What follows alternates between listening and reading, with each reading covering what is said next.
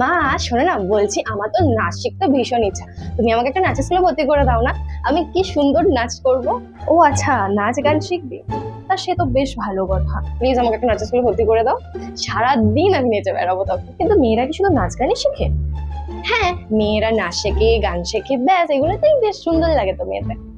আচ্ছা ধর, হয়তো তুই কোনো বিপদে পড়লি, তোকে হয়তো কেউ অ্যাটাক করলো, তখন তুই নেচে গান করে তাদেরকে দেখিয়ে নিজেকে প্রোটেকশন করবি। যখন বিপদে পড়বো তখন তো মা তুমি থাকবে, বাবা থাকবে। আচ্ছা ধরেই নে তোর সঙ্গে কেউ নেই, তখন তুই কি করবি? তাদেরকে নাচ দেখিয়ে বলিয়ে রাখবি? যদি কেউ না থাকে, শোন, এখনকার যা দিনকাল পড়েছে না, প্রত্যেকটা মেয়ের উচিত নাচ গানের শেখার পাশাপাশি নিজের সেলফ প্রোটেকশনটা রাখা,